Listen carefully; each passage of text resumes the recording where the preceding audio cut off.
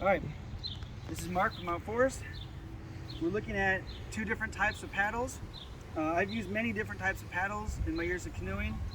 I've used ones with aluminum shaft and plastic blades, plastic handles. Those are fine. The thing with aluminum shaft paddles, if you're paddling all day with them, the aluminum will rub off onto your hands and it just kind of gets nasty. Nowadays, wooden paddles have been quite affordable and cheap, and they are much nicer to use, and you can get ones that are very light. So save yourself weight paddling, because every ounce is one that you have to carry if you're, say, in the boundary waters paddling for 5-6 hours at a time. I've got two paddles here. This is a straight shaft paddle. This is a bent shaft paddle. So I'll turn them sideways and you can see the difference between the two. Here at the blade, this is bent. This one's a 14-degree bend, which is pretty much the best optimal one. Sometimes you can get a 7-degree bend, but if you're going to get a bent paddle, I would say just go with the 14. Bent shaft paddles are good for areas where your water is calm, not white water. So a slow flowing river or stream, any kind of lake. If it's windy, that's not a big deal. It's current in the water. If you have a high current and you're, say, doing like whitewater rafting, you want a straight shaft paddle because the water swirls too much.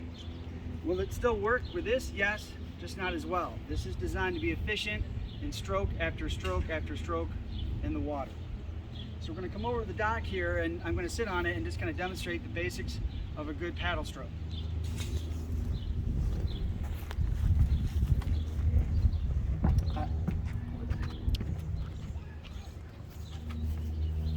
So I'm going to pretend like I'm sitting in the canoe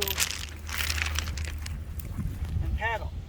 I want to have the blade in the water as much as possible.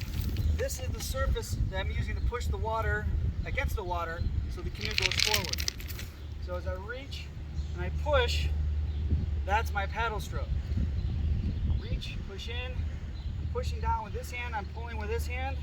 Notice as I'm coming back here, how the paddle starts to lift. This is why a bent shaft paddle is helpful.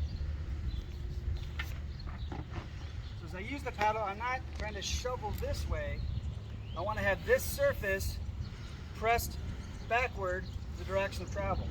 So as I come in, as I'm pushing, notice for a much longer period of time that paddle blade remains more flat against the water, or more vertical. As I come out, I come up, I want to turn my paddle blade and turn it back in the water.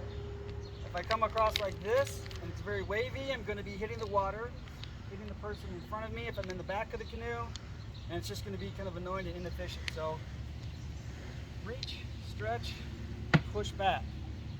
Notice I want my blade is below me, so my canoe bottom would be somewhere around here. I want the entire blade in the water. Shallower water, that may not happen, but once you get into about probably about 3.5 feet, you should be able to get a full deep paddle stroke while paddling. So let's try it in the canoe.